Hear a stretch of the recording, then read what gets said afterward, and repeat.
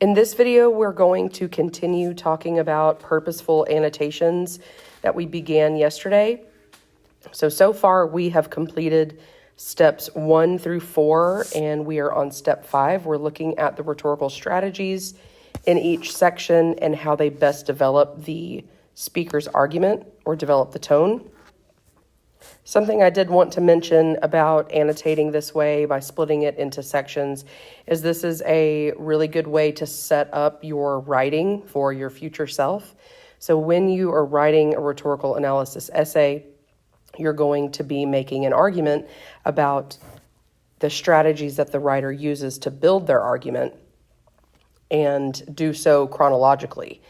So just like the card building activity that we did, those steps are taken in a certain order in order to achieve a specific purpose. So we're looking at those strategies in relation to each other, and each of those sections that you analyze will become a body paragraph or a section of your essay. For step 5 of our annotations, we're looking at the cat part of Space Cat. We're looking at the rhetorical strategy the speaker is using in each section, and the specific words and phrases from that section that show you that. We're then going to look at the effects of those choices. And then we're also going to look at how these choices connect back to the rhetorical situation. I wanted to talk about some common rhetorical strategies that we can be looking for. So comparing and contrasting different things to clarify or enhance something. We're going to see a couple examples of that in the Bush text. Choosing specific words that create a specific effect. Highlighting a particular detail, person, or idea. Conveying tone or emphasizing through syntactic structure, so structure of sentences, and shifts in organization. We haven't talked about text organization yet, and we'll get to that later. And then organizing ideas within and between paragraphs logically to guide the audience. So this is what we're going to talk about later on when we talk about line of reasoning. So right now we're just mostly going to be focusing on compare and contrast, diction, highlighting particular details, and conveying tone. In class yesterday, we left off with looking at the first section of the text, so paragraphs 1 and 2. We're going to move on to looking at paragraphs 3 through 9. And in that section, we identified Bush's claim that citizens and the government are responding with rescue efforts, security measures, and a commitment to bring terrorists and their supporters to justice.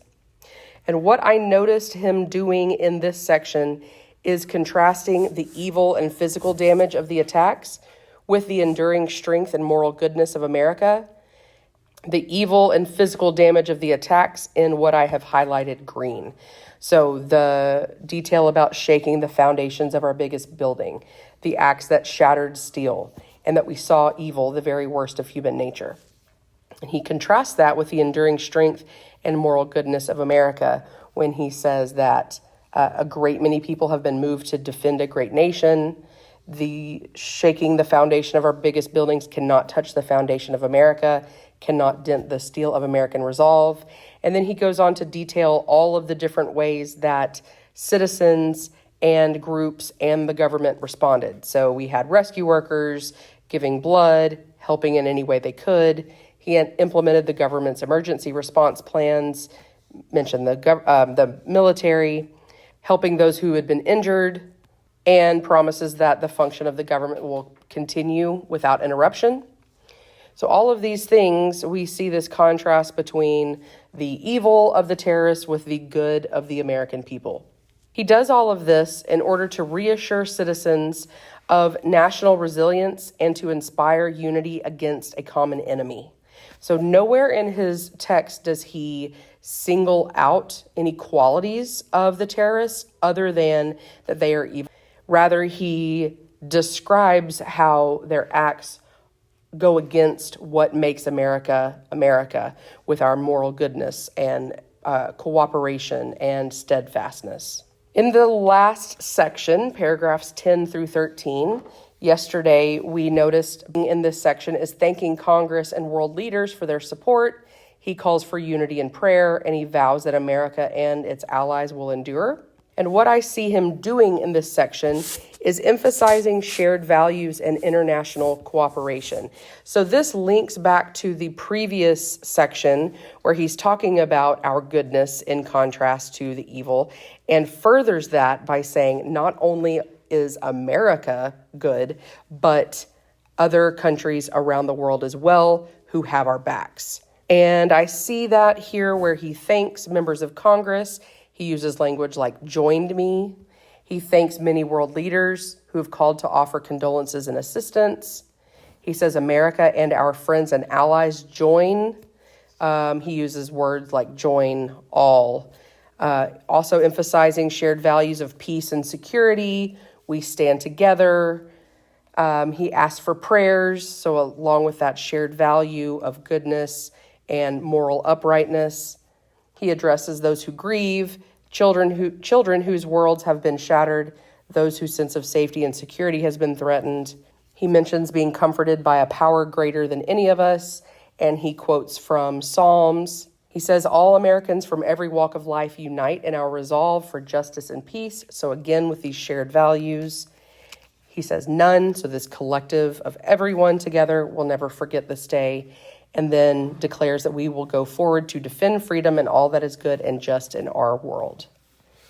And he does this for the purpose of highlighting global support and unity to reassure and bolster the divided American public.